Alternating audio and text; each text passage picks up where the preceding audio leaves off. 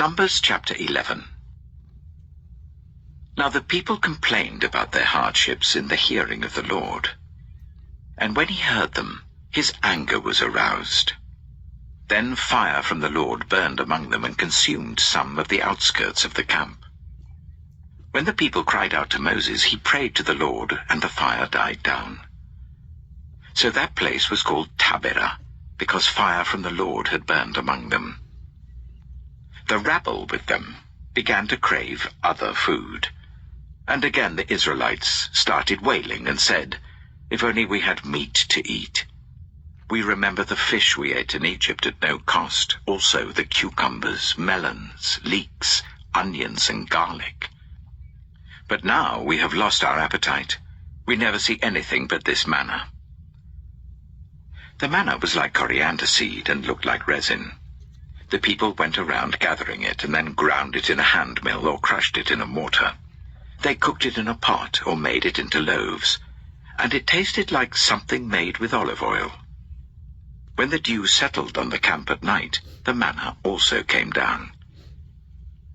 Moses heard the people of every family wailing at the entrance to their tents. The Lord became exceedingly angry, and Moses was troubled. He asked the Lord, "Why have you brought this trouble on your servant? What have I done to displease you, that you put the burden of all these people on me? Did I conceive all these people? Did I give them birth? Why do you tell me to carry them in my arms as a nurse carries an infant to the land you promised on oath to their ancestors? Where can I get meat for all these people? They keep wailing to me, 'Give us meat to eat.' I cannot carry all these people by myself. The burden is too heavy for me. If this is how you are going to treat me, please go ahead and kill me right now, if I have found favor in your eyes, and do not let me face my own ruin." The Lord said to Moses, "Bring me 70 of Israel's elders who are known to you as leaders and officials among the people. Make them come to the tent of meeting, that they may stand there with you. I will come down and speak with you there, and I will take some of the power of the Spirit that is on you and put it on them. They will share the burden of the people with you, so that you will not have to carry it alone. Tell the people, 'Consecrate yourselves in preparation for tomorrow, when you will eat meat.' The Lord heard you when you wailed, 'If only we had meat to eat. We were better off in Egypt.' Now the Lord will give you meat, and you will eat it. You will not eat it for just 1 day or 2 days or 5, 10, or 20 days, but for a whole month, until it comes out of your nostrils and you loathe it, because you have rejected the Lord who is among you, and have wailed before him, saying, 'Why did we ever leave Egypt?'"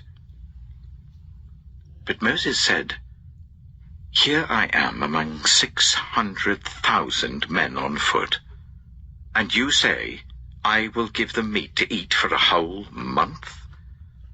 Would they have enough if flocks and herds were slaughtered for them? Would they have enough if all the fish in the sea were caught for them?" The Lord answered Moses, "Is the Lord's arm too short? Now you will see whether or not what I say will come true for you." So Moses went out and told the people what the Lord had said. He brought together 70 of their elders and made them stand round the tent. Then the Lord came down in the cloud and spoke with him, and he took some of the power of the Spirit that was on him and put it on the 70 elders. When the Spirit rested on them, they prophesied, but did not do so again. However, 2 men, whose names were Eldad and Medad, had remained in the camp. They were listed among the elders, but did not go out to the tent. Yet the Spirit also rested on them, and they prophesied in the camp. A young man ran and told Moses, "Eldad and Medad are prophesying in the camp." Joshua, son of Nun, who had been Moses' assistant since youth, spoke up and said, "Moses, my lord, stop them." But Moses replied, "Are you jealous for my sake? I wish that all the Lord's people were prophets, and that the Lord would put his Spirit on them.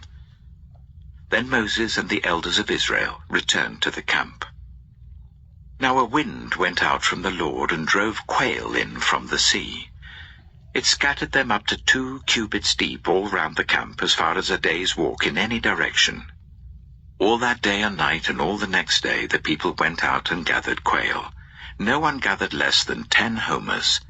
Then they spread them out all around the camp. But while the meat was still between their teeth and before it could be consumed, the anger of the Lord burned against the people, and he struck them with a severe plague. Therefore the place was named Kibroth Hattaavah, because there they buried the people who had craved other food. From Kibroth Hattaavah the people traveled to Hazeroth and stayed there. Numbers chapter 12. Miriam and Aaron began to talk against Moses because of his Cushite wife, for he had married a Cushite. "Has the Lord spoken only through Moses?" they asked. "Hasn't he also spoken through us?" And the Lord heard this. Now Moses was a very humble man, more humble than anyone else on the face of the earth. At once the Lord said to Moses, Aaron, and Miriam, "Come out to the tent of meeting, all 3 of you." So the 3 of them went out. Then the Lord came down in a pillar of cloud. He stood at the entrance to the tent and summoned Aaron and Miriam. When the 2 of them stepped forward, he said, "Listen to my words. When there is a prophet among you, I, the Lord, reveal myself to them in visions. I speak to them in dreams. But this is not true of my servant Moses. He is faithful in all my house. With him I speak face to face, clearly, and not in riddles. He sees the form of the Lord. Why then were you not afraid to speak against my servant Moses?" The anger of the Lord burned against them, and he left them. When the cloud lifted from above the tent, Miriam's skin was leprous. It became as white as snow. Aaron turned towards her and saw that she had a defiling skin disease, and he said to Moses, "Please, my lord, I ask you not to hold against us the sin we have so foolishly committed. Do not let her be like a stillborn infant coming from its mother's womb, with its flesh half eaten away." So Moses cried out to the Lord, "Please, God, heal her." The Lord replied to Moses, "If her father had spat in her face, would she not have been in disgrace for 7 days? Confine her outside the camp for 7 days. After that, she can be brought back." So Miriam was confined outside the camp for 7 days, and the people did not move on till she was brought back. After that, the people left Hazeroth and camped in the desert of Paran. Numbers chapter 13. The Lord said to Moses, "Send some men to explore the land of Canaan, which I am giving to the Israelites. From each ancestral tribe send one of its leaders." So at the Lord's command Moses sent them out from the desert of Paran. All of them were leaders of the Israelites. These are their names. From the tribe of Reuben, Shammua, son of Zakkar. From the tribe of Simeon, Shaphat, son of Hori. From the tribe of Judah, Caleb, son of Jephunneh. From the tribe of Issachar, Igal, son of Joseph. From the tribe of Ephraim, Hoshea, son of Nun. From the tribe of Benjamin, Paltai, son of Raphu. From the tribe of Zebulun, Gadiel, son of Sodai. From the tribe of Manasseh, a tribe of Joseph, Gadai, son of Suzai. From the tribe of Dan, Amiel, son of Gemalli. From the tribe of Asher, Sethur, son of Michael. From the tribe of Naphtali, Nabai, son of Vusai. From the tribe of Gad, Geuel, son of Machi. These are the names of the men Moses sent to explore the land. Moses gave Hoshea, son of Nun, the name Joshua. When Moses sent them to explore Canaan, he said, "Go up through the Negev and on into the hill country. See what the land is like and whether the people who live there are strong or weak, few or many. What kind of land do they live in? Is it good or bad? What kind of towns do they live in? Are they unwalled or fortified? How is the soil? Is it fertile or poor? Are there trees in it or not? Do your best to bring back some of the fruit of the land." It was the season for the first ripe grapes. So they went up and explored the land from the desert of Zin as far as Rehob, towards Lebo-Hamath. They went up through the Negev and came to Hebron, where Ahiman, Sheshai, and Talmai, the descendants of Anak, lived. Hebron had been built 7 years before Zoan in Egypt. When they reached the valley of Eshcol, they cut off a branch bearing a single cluster of grapes. 2 of them carried it on a pole between them, along with some pomegranates and figs. That place was called the Valley of Eshcol, because of the cluster of grapes the Israelites cut off there. At the end of 40 days they returned from exploring the land. They came back to Moses and Aaron and the whole Israelite community at Kadesh in the desert of Paran.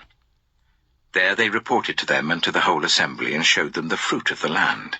They gave Moses this account: "We went into the land to which you sent us, and it does flow with milk and honey. Here is its fruit. But the people who live there are powerful, and the cities are fortified and very large. We even saw descendants of Anak there. The Amalekites live in the Negev. The Hittites, Jebusites, and Amorites live in the hill country, and the Canaanites live near the sea and along the Jordan." Then Caleb silenced the people before Moses and said, "We should go up and take possession of the land, for we can certainly do it." But the men who had gone up with him said, "We can't attack those people. They are stronger than we are." And they spread among the Israelites a bad report about the land they had explored. They said, "The land we explored devours those living in it. All the people we saw there are of great size. We saw the Nephilim there. The descendants of Anak come from the Nephilim. We seemed like grasshoppers in our own eyes, and we looked the same to them." Numbers chapter 14. That night, all the members of the community raised their voices and wept aloud. All the Israelites grumbled against Moses and Aaron, and the whole assembly said to them, "If only we had died in Egypt or in this wilderness. Why is the Lord bringing us to this land only to let us fall by the sword? Our wives and children would be taken as plunder. Wouldn't it be better for us to go back to Egypt?" And they said to each other, "We should choose a leader and go back to Egypt." Then Moses and Aaron fell face down in front of the whole Israelite assembly gathered there. Joshua, son of Nun, and Caleb, son of Jephunneh, who were among those who had explored the land, tore their clothes, and said to the entire Israelite assembly, "The land we passed through and explored is exceedingly good. If the Lord is pleased with us, he will lead us into that land, a land flowing with milk and honey, and will give it to us. Only do not rebel against the Lord, and do not be afraid of the people of the land, because we will devour them. Their protection is gone, but the Lord is with us. Do not be afraid of them." But the whole assembly talked about stoning them. Then the glory of the Lord appeared at the tent of meeting to all the Israelites. The Lord said to Moses, "How long will these people treat me with contempt? How long will they refuse to believe in me, in spite of all the signs I have performed among them? I will strike them down with a plague and destroy them. But I will make you into a nation greater and stronger than they." Moses said to the Lord, "Then the Egyptians will hear about it. By your power you brought these people up from among them. and they will tell the inhabitants of this land about it. They have already heard that you, Lord, are with these people, and that you, Lord, have been seen face to face, that your cloud stays over them, and that you go before them in a pillar of cloud by day and a pillar of fire by night. If you put all these people to death, leaving none alive, the nations who have heard this report about you will say, the Lord was not able to bring these people into the land he promised them on oath, so he slaughtered them in the wilderness. Now may the Lord's strength be displayed, just as you have declared. The Lord is slow to anger, abounding in love, and forgiving sin and rebellion. Yet he does not leave the guilty unpunished. He punishes the children for the sin of the parents to the third and fourth generation. In accordance with your great love, forgive the sin of these people, just as you have pardoned them from the time they left Egypt until now. The Lord replied, I have forgiven them as you asked. Nevertheless, as surely as I live, and as surely as the glory of the Lord fills the whole earth, not one of those who saw my glory and the signs I performed in Egypt and in the wilderness, but who disobeyed me and tested me 10 times, not one of them will ever see the land I promised on oath to their ancestors. No one who has treated me with contempt will ever see it. But because my servant Caleb has a different spirit and follows me wholeheartedly, I will bring him into the land he went to, and his descendants will inherit it. Since the Amalekites and the Canaanites are living in the valleys, turn back tomorrow and set out towards the desert, along the route to the Red Sea. The Lord said to Moses and Aaron, How long will this wicked community grumble against me? I have heard the complaints of these grumbling Israelites, so tell them, As surely as I live, declares the Lord, I will do to you the very thing I heard you say. In this wilderness your bodies will fall, every one of you 20 years old or more, who was counted in the census and who has grumbled against me. Not one of you will enter the land I swore with uplifted hand to make your home, except Caleb, son of Jephunneh, and Joshua, son of Nun. As for your children that you said would be taken as plunder, I will bring them in to enjoy the land you have rejected. But you, your bodies will fall in this wilderness. Your children will be shepherds here for 40 years, suffering for your unfaithfulness, until the last of your bodies lies in the wilderness.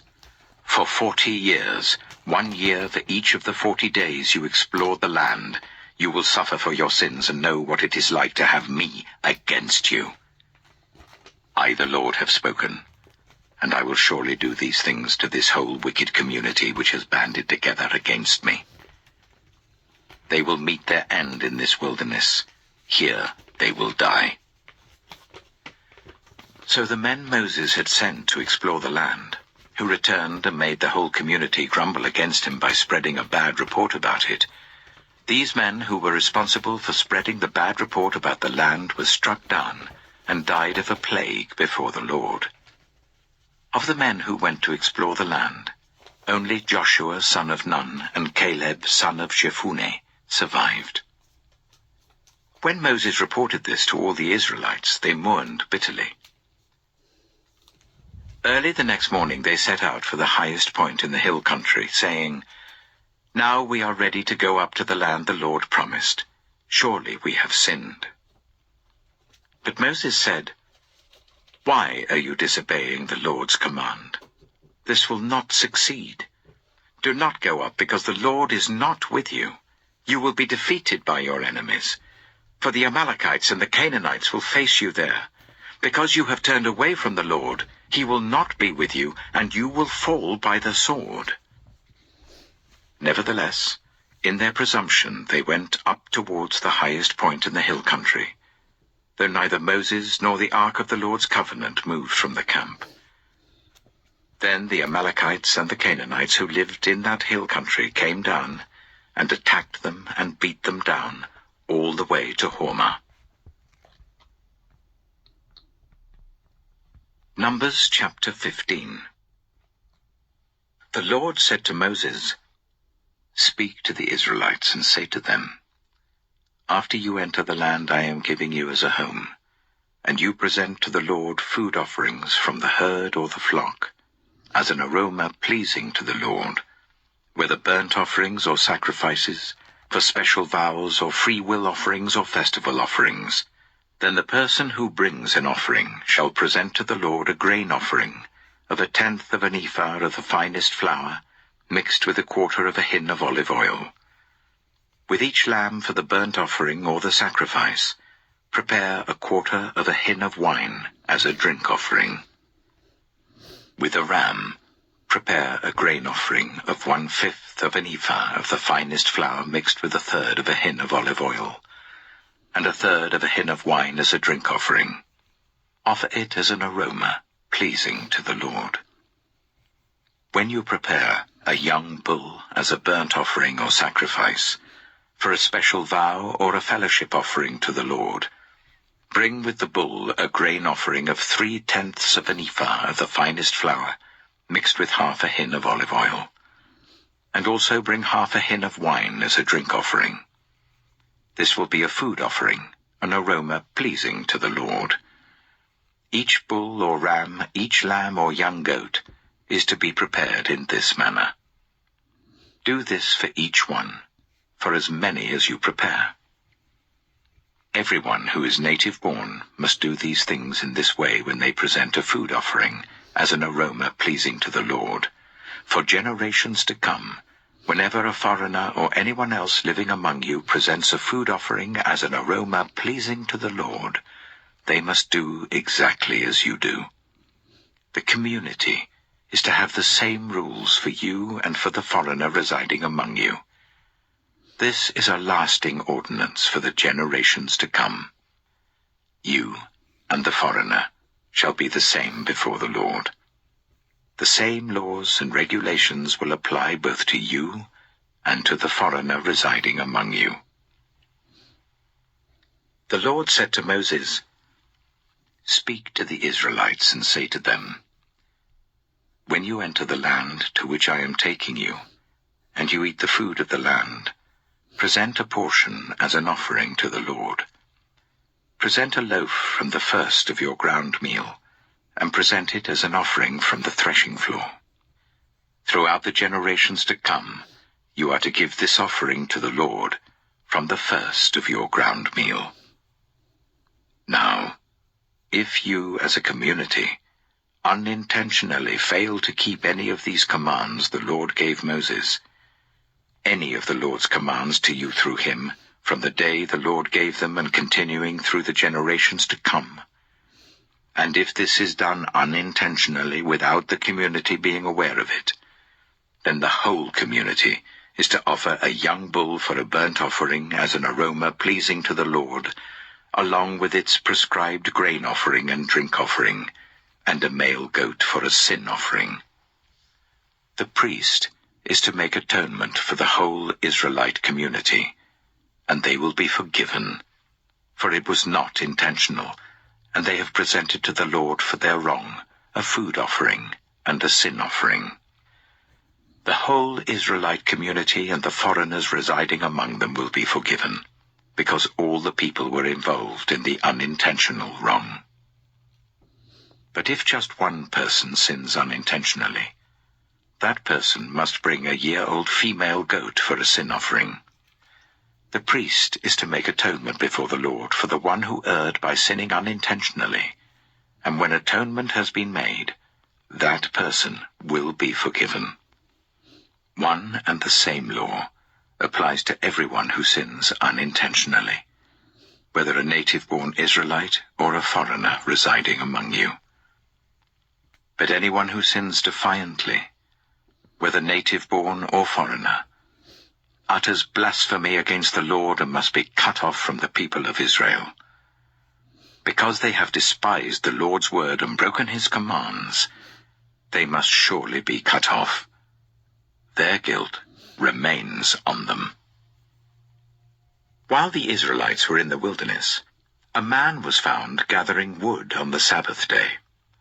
Those who found him gathering wood brought him to Moses and Aaron and the whole assembly.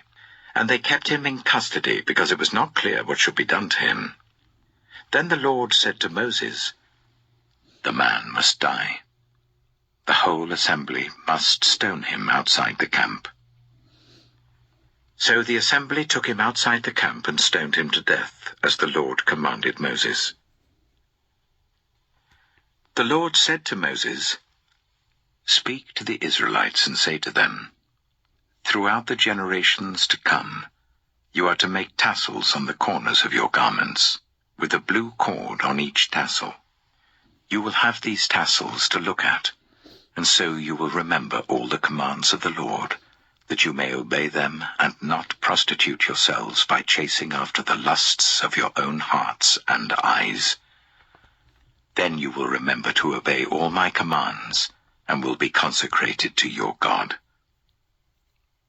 I am the Lord your God, who brought you out of Egypt to be your God. I am the Lord your God." Numbers chapter 16. Korah, son of Esau, the son of Kohath, the son of Levi, and certain Reubenites, Dathan and Abiram, sons of Eliab, and On, son of Peleth, became insolent and rose up against Moses. With them were 250 Israelite men, well-known community leaders, who had been appointed members of the council. They came as a group to oppose Moses and Aaron, and said to them, "You have gone too far. The whole community is holy, every one of them, and the Lord is with them. Why then do you set yourselves above the Lord's assembly?" When Moses heard this, he fell face down. Then he said to Korah and all his followers, "In the morning the Lord will show who belongs to him and who is holy, and he will make that person come near him. The man he chooses he will cause to come near him. You, Korah, and all your followers are to do this. Take censers, and tomorrow put burning coals and incense in them before the Lord. The man the Lord chooses will be the one who is holy. You Levites have gone too far." Moses also said to Korah, "Now listen, you Levites. Isn't it enough for you that the God of Israel has separated you from the rest of the Israelite community, and brought you near himself to do the work at the Lord's tabernacle, and to stand before the community and minister to them? He has brought you and all your fellow Levites near himself, but now you are trying to get the priesthood too. It is against the Lord that you and all your followers have banded together. Who is Aaron, that you should grumble against him?" Then Moses summoned Dathan and Abiram, the sons of Eliab. But they said, "We will not come. Isn't it enough that you have brought us up out of a land flowing with milk and honey to kill us in the wilderness? And now you also want to lord it over us? Moreover, you haven't brought us into a land flowing with milk and honey, or given us an inheritance of fields and vineyards. Do you want to treat these men like slaves? No, we will not come." Then Moses became very angry and said to the Lord, "Do not accept their offering. I have not taken so much as a donkey from them, nor have I wronged any of them." Moses said to Korah, "You and your followers are to appear before the Lord tomorrow, you and they and Aaron. Each man is to take his censer and put incense in it, 250 censers in all, and present it before the Lord. You and Aaron are to present your censers also." So each of them took his censer, put burning coals and incense in it, and stood with Moses and Aaron at the entrance to the tent of meeting. When Korah had gathered all his followers in opposition to them at the entrance to the tent of meeting, the glory of the Lord appeared to the entire assembly. The Lord said to Moses and Aaron, "Separate yourselves from this assembly, so that I can put an end to them at once." But Moses and Aaron fell face down and cried out, "O God, the God who gives breath to all living things, will you be angry with the entire assembly when only one man sins?"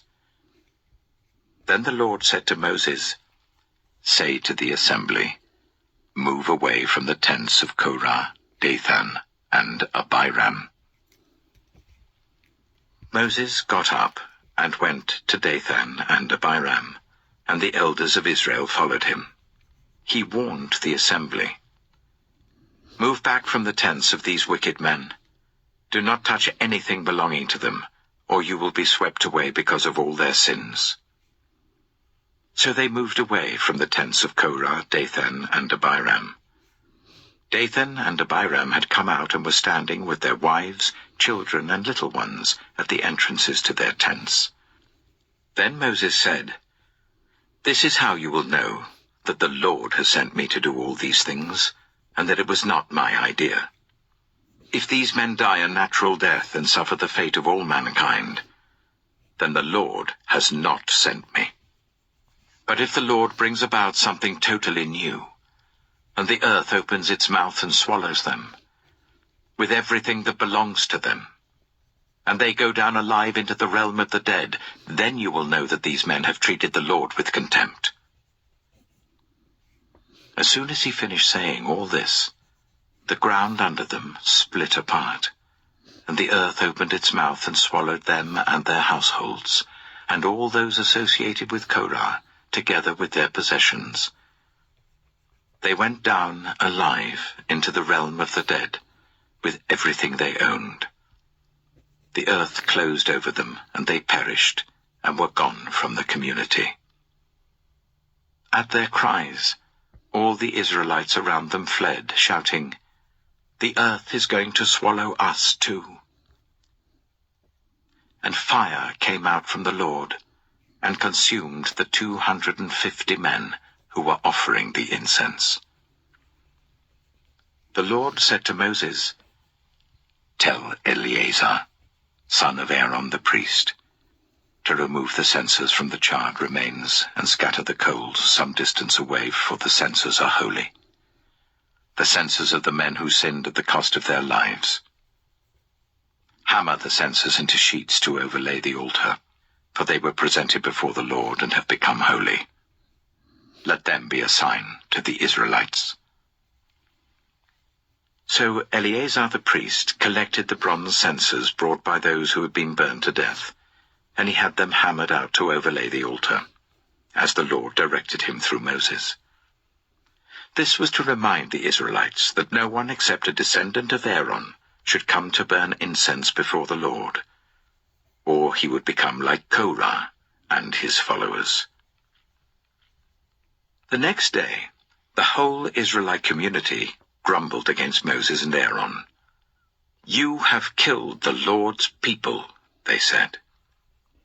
But when the assembly gathered in opposition to Moses and Aaron and turned towards the tent of meeting, suddenly the cloud covered it, and the glory of the Lord appeared. Then Moses and Aaron went to the front of the tent of meeting, and the Lord said to Moses, get away from this assembly, so that I can put an end to them at once. And they fell face down. Then Moses said to Aaron, take your censer and put incense in it, along with burning coals from the altar, and hurry to the assembly to make atonement for them. Wrath has come out from the Lord, the plague has started. So Aaron did as Moses said and ran into the midst of the assembly.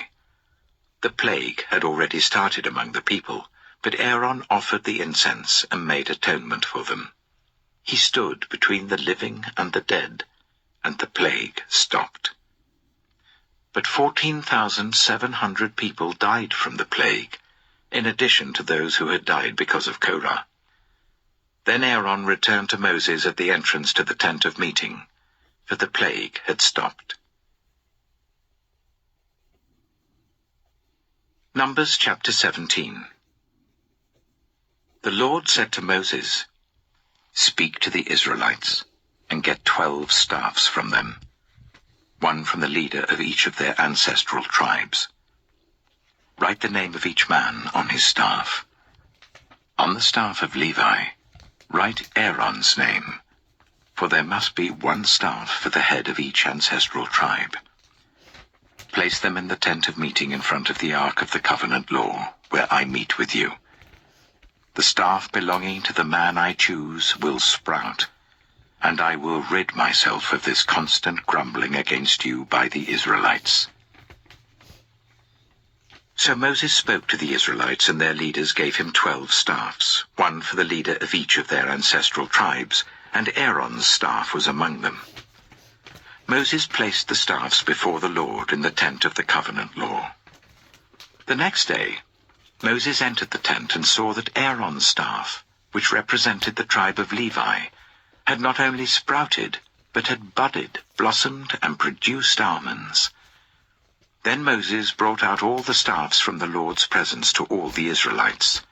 They looked at them, and each of the leaders took his own staff.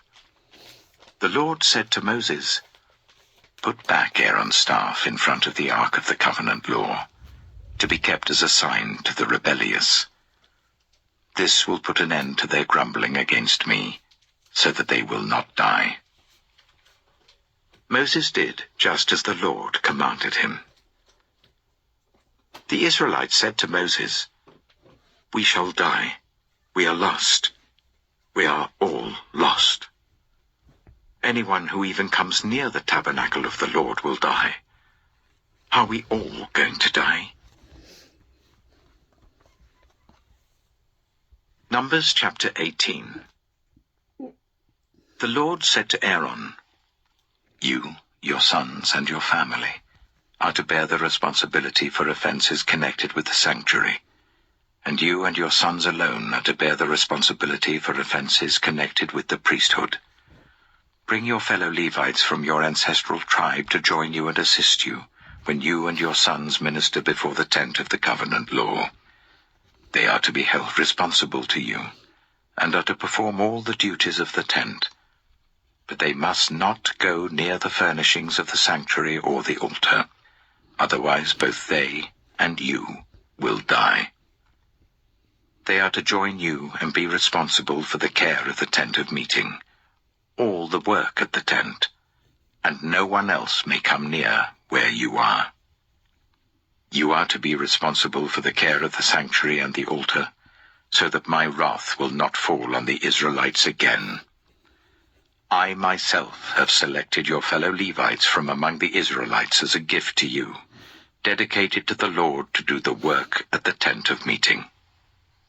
But only you and your sons may serve as priests in connection with everything at the altar and inside the curtain. I am giving you the service of the priesthood as a gift. Anyone else who comes near the sanctuary is to be put to death." Then the Lord said to Aaron, "I myself have put you in charge of the offerings presented to me. All the holy offerings the Israelites give me, I give to you and your sons as your portion, your perpetual share. You are to have the part of the most holy offerings that is kept from the fire. From all the gifts they bring me as most holy offerings, whether grain or sin or guilt offerings, that part belongs to you and your sons. Eat it as something most holy. Every male shall eat it. You must regard it as holy. This also is yours. Whatever is set aside from the gifts of all the wave offerings of the Israelites, I give this to you and your sons and daughters as your perpetual share. Everyone in your household who is ceremonially clean may eat it. I give you all the finest olive oil and all the finest new wine and grain they give to the Lord as the first fruits of their harvest. All the land's first fruits that they bring to the Lord will be yours.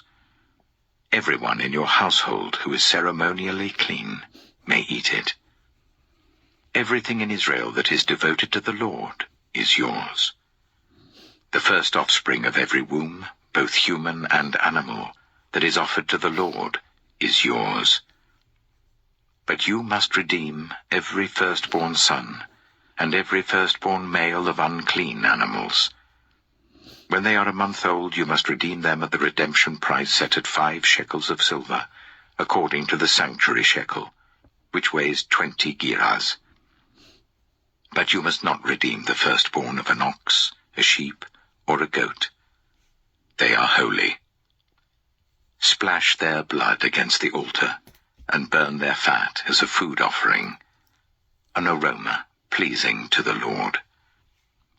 Their meat is to be yours, just as the breast of the wave offering and the right thigh are yours. Whatever is set aside from the holy offerings the Israelites present to the Lord, I give to you and your sons and daughters as your perpetual share. It is an everlasting covenant of salt before the Lord, for both you and your offspring. The Lord said to Aaron, You will have no inheritance in their land, nor will you have any share among them. I am your share and your inheritance among the Israelites.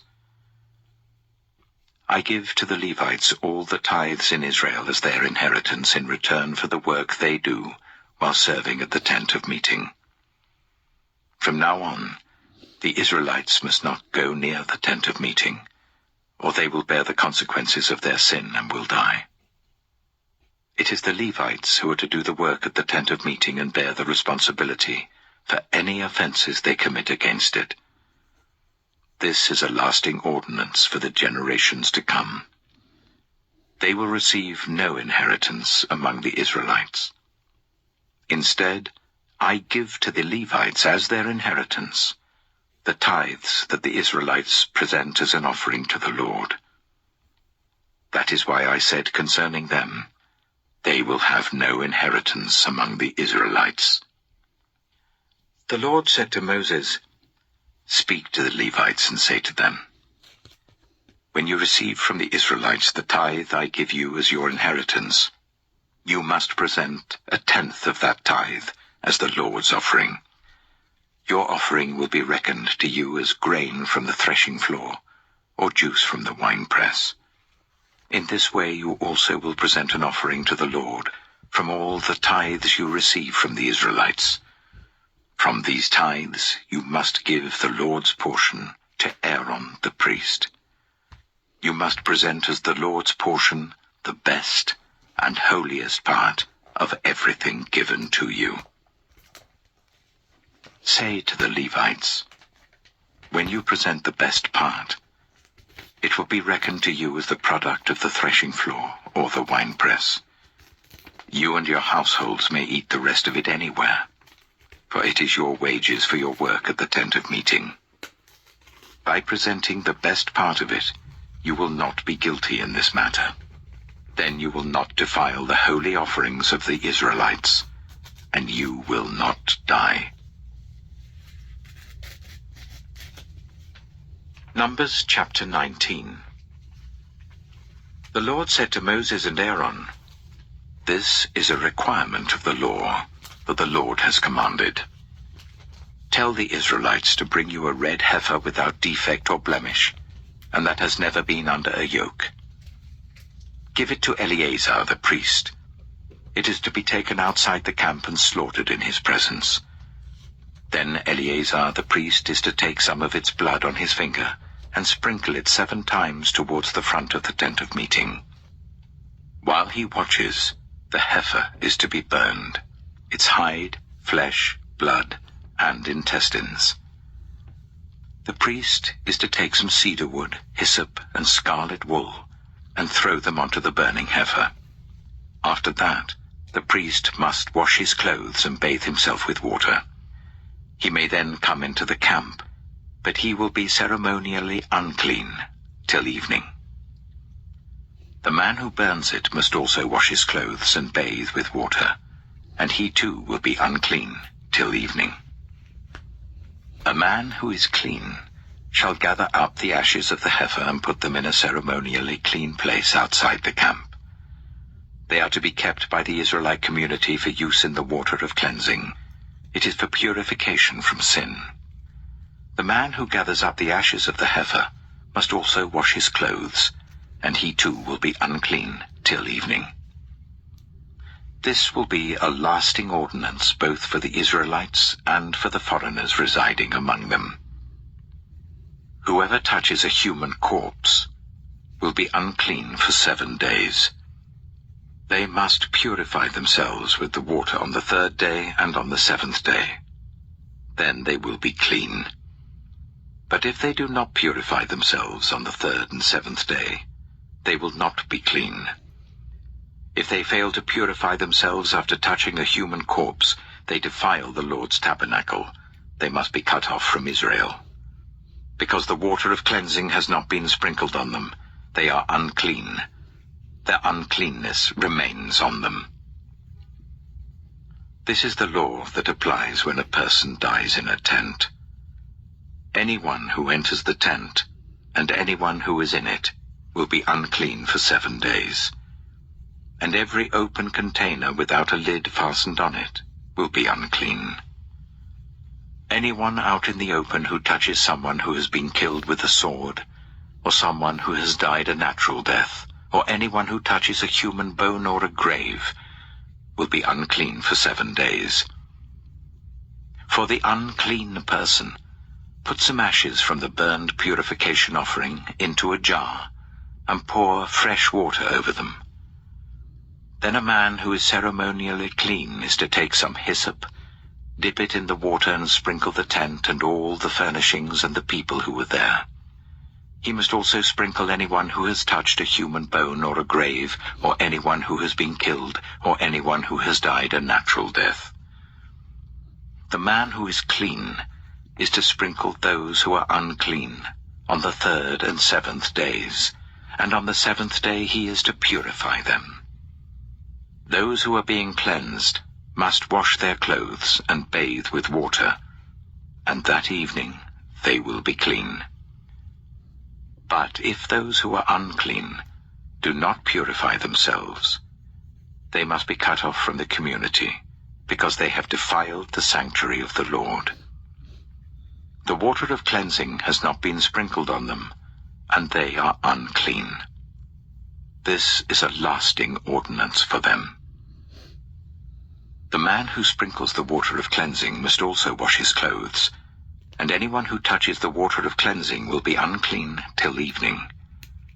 Anything that an unclean person touches becomes unclean, and anyone who touches it becomes unclean till evening. Numbers chapter 20. In the 1st month, the whole Israelite community arrived at the desert of Zin, and they stayed at Kadesh. There Miriam died and was buried. Now there was no water for the community, and the people gathered in opposition to Moses and Aaron.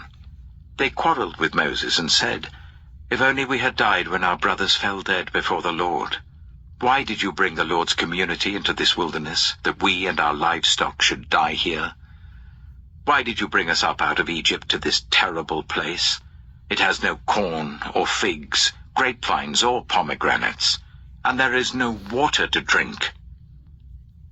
Moses and Aaron went from the assembly to the entrance to the tent of meeting and fell face down, and the glory of the Lord appeared to them. The Lord said to Moses, "Take the staff, and you and your brother Aaron gather the assembly together. Speak to that rock before their eyes, and it will pour out its water. You will bring water out of the rock for the community, so that they and their livestock can drink." So Moses took the staff from the Lord's presence, just as he commanded him. He and Aaron gathered the assembly together in front of the rock, and Moses said to them, "Listen, you rebels, must we bring you water out of this rock?" Then Moses raised his arm and struck the rock twice with his staff. Water gushed out, and the community and their livestock drank. But the Lord said to Moses and Aaron, "Because you did not trust in me enough to honor me as holy in the sight of the Israelites, you will not bring this community into the land I give them." These were the waters of Meribah, where the Israelites quarreled with the Lord, and where he was proved holy among them. Moses sent messengers from Kadesh to the king of Edom, saying, "This is what your brother Israel says. You know about all the hardships that have come on us. Our ancestors went down into Egypt, and we lived there many years. The Egyptians ill-treated us and our ancestors, but when we cried out to the Lord, he heard our cry, and sent an angel and brought us out of Egypt. Now we are here at Kadesh, a town on the edge of your territory. Please let us pass through your country. We will not go through any field or vineyard or drink water from any well. We will travel along the king's highway and not turn to the right or to the left until we have passed through your territory. But Edom answered, You may not pass through here. If you try, we will march out and attack you with the sword. The Israelites replied, We will go along the main road, and if we or our livestock drink any of your water, we will pay for it. We only want to pass through on foot, nothing else. Again they answered, You may not pass through. Then Edom came out against them with a large and powerful army. Since Edom refused to let them go through their territory, Israel turned away from them. The whole Israelite community set out from Kadesh and came to Mount Hor. At Mount Hor, near the border of Edom, the Lord said to Moses and Aaron, Aaron will be gathered to his people. He will not enter the land I give the Israelites, because both of you rebelled against my command at the waters of Meribah.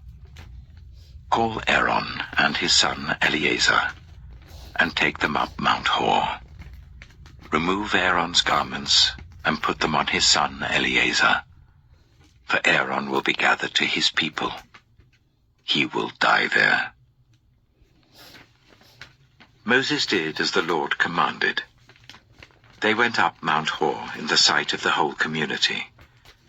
Moses removed Aaron's garments and put them on his son Eleazar, and Aaron died there on top of the mountain.